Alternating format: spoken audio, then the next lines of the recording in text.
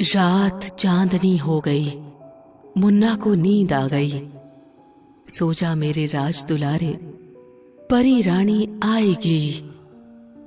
रात चांदनी हो गई, मुन्ना को नींद आ गई। सो जा मेरे राज दुलारे, परी रानी आएगी। गांव में एक परिवार शांति से सो रहा था कि तभी उनका बेटा नींद में हंसने लगता है। मैं भी तुम्हारे साथ चलूंगा माँ, मुझे भी अपने साथ ले चलो। माँ, मुझे भी परी से मिलना है। तभी लड़के की माँ की नींद खुल जाती है और वो अपने बेटे को नींद से जगाती है। मुन्ना बेटे उठो, जाग जाओ। मुन्ना उठो। लड़का नींद से उठकर कहता है, माँ, मैं भी परी से मिलना चाहता हूँ। वो दूसरी माँ ने मुझसे कहा है कि वो जल्दी मुझे अपने साथ लेकर जाएगी और परी से मिलवाएगी। कौन दूसरी माँ? मैं तुम्हारी माँ हूँ। तुम नहीं माँ, मैं तो सपने वाली माँ की बात कर रहा हूँ। वो रोज मेरे सपने में आती है और उसने कहा है कि वो मुझे परी रानी के पास लेकर जाएगी। अपने बेटे के मुंह से ये बात सुन उसकी माँ डर गई। अरे पता नहीं ये मौत का खेल कब तक खेलेगी ये डायन हमारे बच्चों के साथ। मैं अपने बेटे को कहीं नहीं ले जाने दूंगी। हम कल ही चौराहे पर सभा बुलाएंगे और उसका उपाय निकालेंगे। अरे क्या फायदा, इससे पहले भी कई बार गांव वालों ने ये सब रोकने का प्रयास किया है, लेकिन उन बच्चों को हम नहीं बचा पाए। अगले दिन चौराहे पर सारे लोग जमा हो गए। सबने बातचीत करना शुरू की कि किसी तरीके से कोई उपाय निकल कर आए, लेकिन खूब कोशिश करने के बाद भी किसी को कोई उपाय नहीं सूझा। उसी दिन शाम को मुखिया का बेटा वरुण 10 साल बाद शहर से गांव वापस आया था। शादी करके वो शहर चला गया था और उसको 5 साल की छोटी बेटी भी है। वो गांव में कुछ हफ्तों के लिए रहने आया था।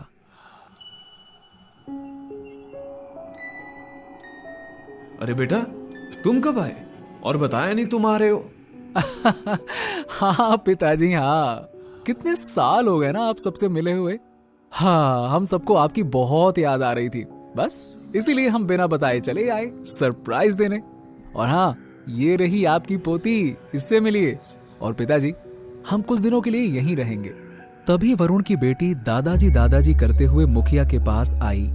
मुखिया ने बड़े ही प्यार से उसे गले लगाया और उसका सिर सहलाने लगा, लेकिन उसके मन में बेचैनी सी होने लगी। मुखिया ने अपने बेटे को वापस जाने के लिए बोला, लेकिन वरुण नहीं माना और अपने पत्नी के साथ कमरे में चला गया।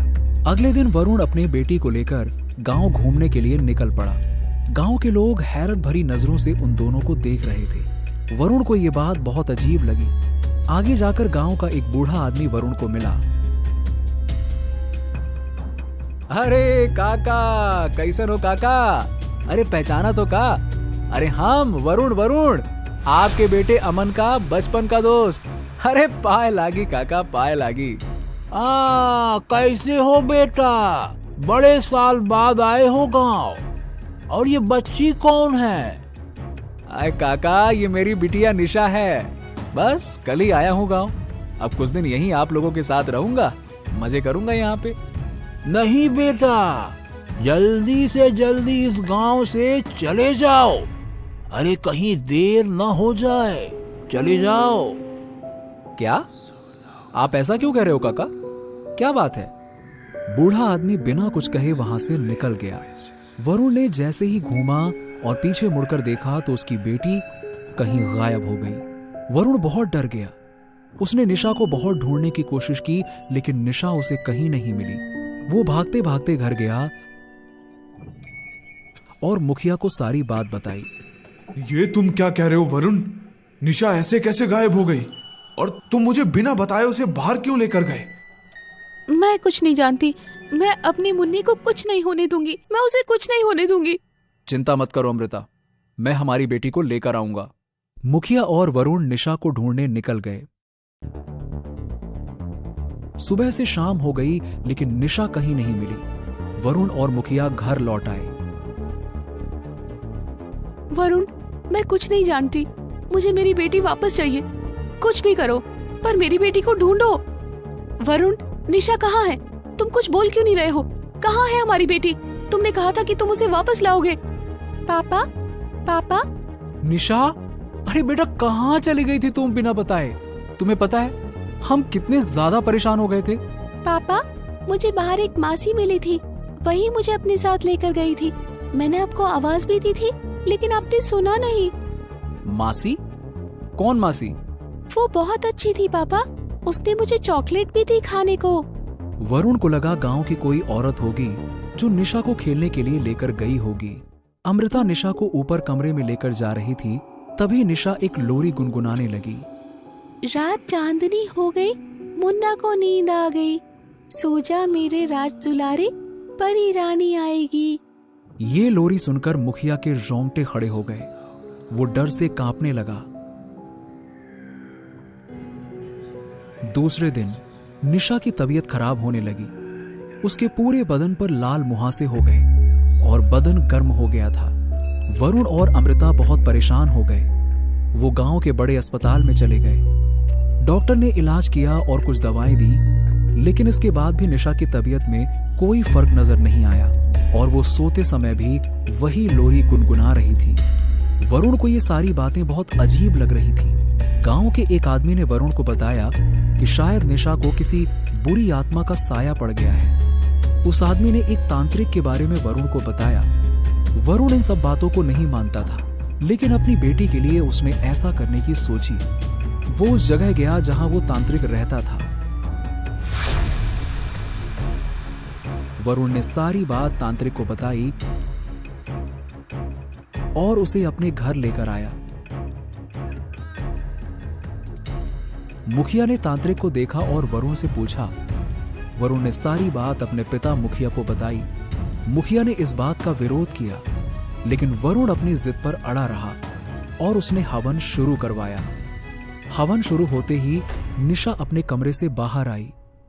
हैरान होने वाली बात यह थी कि निशा बिल्कुल ठीक थी। उस पे किसी बुरी आत्मा का साया नजर नहीं आ रहा था। वरुण ने पीछे मुड़कर देखा तो उसके पैरों तले जमीन ही खिसक गई, क्योंकि अमृता जमीन से कुछ फीट ऊपर थी और उसके बाल खुले हवा में लहरा रहे थे। उसकी आंखें लाल हो गई थीं। वो हवा में तैरते हुए मुखिया के पास गई और मुखिया को अपने हाथों से ऊपर उठाया। अब सच्चाई बताएगा कि नहीं? मैं तुझे अब नहीं छोड़ूंगी। अमृता कुछ कर पाती इससे पहले तांत्रिक ने उस पर भभूति फेंकी और उसे अपने मंत्र के जाल में पकड़ लिया। जब तक मैं इसे इसके किए की सजा नहीं दूंगी, मैं अमृता को नहीं छोड़ूंगी। बबम, ये कौन सी सच्चाई की बात कर रही है? मुखिया, जब तक तुम सच नहीं बताते ये यहाँ से नहीं जाएगी। मुखिया ने बताया कि 30 साल पहले मुखिया को हीरे जवाहरात का बड़ा शौक था। एक दिन कुछ ढोंगी बाबा ने मुखिया को बताया कि उसके घर के पीछे वाले कुएं में जादुई खजाना है। जो कोई भी इस खजाने को पाएगा उसे आजीवन काम करने की जरूरत नहीं होगी, क्योंकि वो खजाना कभी खत्म नहीं होगा। खजाने की लालसा में उसने कुएं का सारा पानी बाहर निकाला, लेकिन खजाना नहीं मिला। बाबा, आपने कहा था कि खजाना मिलेगा, लेकिन वहां तो कुछ भी नहीं है। मूर्ख, ये कोई साधारण खजाना नहीं है। ये जादुई खजाना है। उसे पाने के लिए नरम मांस यानी किसी नवजात शिशु की बलि देनी होगी तुझे, समझा? मुखिया ये बात सुनकर डर गया। उसे कुछ समझ नहीं आ रहा था। कई दिनों तक उसने खजाने की बात मन से निकालने की कोशिश की, मगर उसकी लालसा उस पर हावी हो गई। एक दिन उसे पता चला कि गांव की एक कमला नाम की औरत ने एक बच्चे को जन्म दिया है। मुखिया के मन की लालसा और भी प्रबल हो गई। एक दिन मुखिया ने उसके घर के बाहर नजर रखी।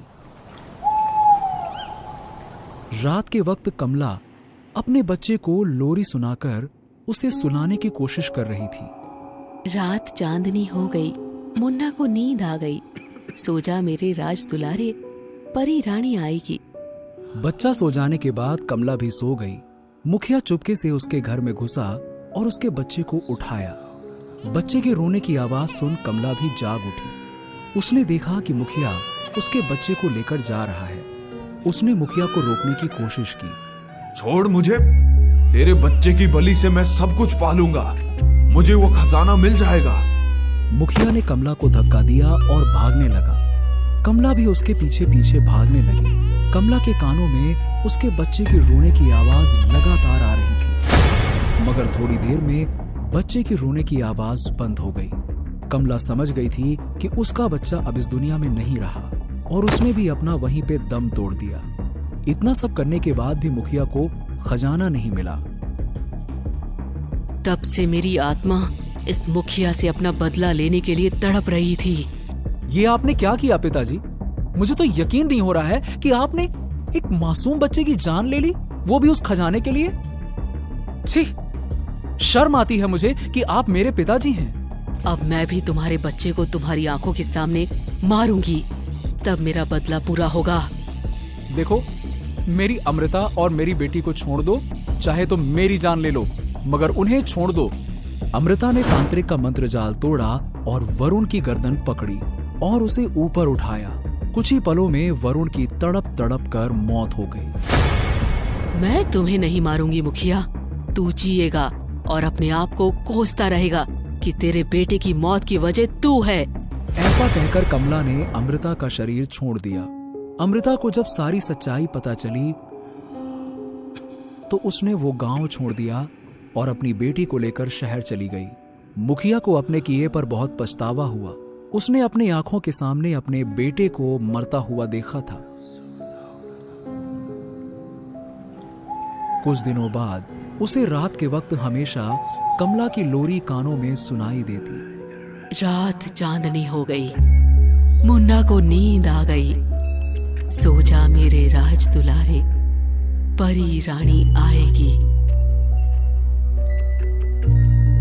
एक दिन गांव वालों को मुखिया की लाश मिली, वो भी पंखे से लटकती हुई। अब ये आत्महत्या थी या कुछ और, ये अब तक राज ही है। क्या आपको हमारे चैनल स्पूकी फ्राइडे के वीडियोस पसंद आते हैं? अगर हां, तो प्लीज हमारे चैनल को सब्सक्राइब कर लीजिए, क्योंकि आपको पता है जिन लोगों ने सब्सक्राइब किया है उन्हें हमारे स्टोरीज सबसे पहले मिलते हैं।